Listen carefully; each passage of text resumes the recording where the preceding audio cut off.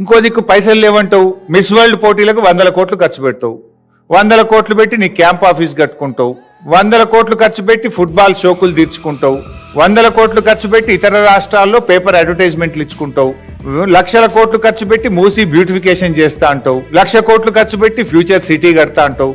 మరి వీటన్నిటికీ పైసలు ఉంటాయి కానీ పేద విద్యార్థులకో, రైతులకో, మహిళలకో, మహాలక్ష్మి ఇవ్వడానికో దానికి ఎందుకు డబ్బులు ఉండయి? అంటే నీ ప్రయారిటీస్ వేరు. నీ ప్రాధాన్యతల్లో రైతులు లేరు, ఎస్సీ ఎస్టీ బీసీ విద్యార్థులు లేరు, నీ ప్రియారిటీలో ఉద్యోగులు లేరు, మహిళలు లేరు. ఇంత అర్జెంటుగా 5 స్టార్ హోటల్లో అయ్యాలో ఏదో పీపీట్ అంటున్నావు, డిపిఆర్ అంటున్నావు, అది కూడా క్లారిటీ లేదు, గందరగోళం అంతా. అసలు చర్చ జరగాల్సింది ఎక్కడ? మూసీ పరివాహక ప్రాంతంలో ఉన్న ప్రజల మధ్య చర్చ జరగాలి.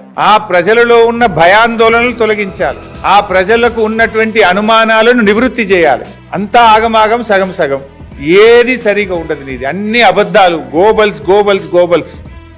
రేవంత్ రెడ్డి కాదు, గోబల్స్ రెడ్డి నువ్వు. నేను ఆధారాలతో సహా చెప్తా, ఉత్త మాటలతో. ఎన్నడన్నా దేవుని మీద ఒట్టు పెట్టి కూడా మాట తప్పినవు నువ్వు. మొన్న మిర్యాలగూడలో మున్సిపల్ ఎన్నికల్లో పోగానే మున్సిపల్ ఎన్నికల తెల్లారే రైతు బంధు పైసలు వేస్తా అని కూడా మాట తప్పినవు.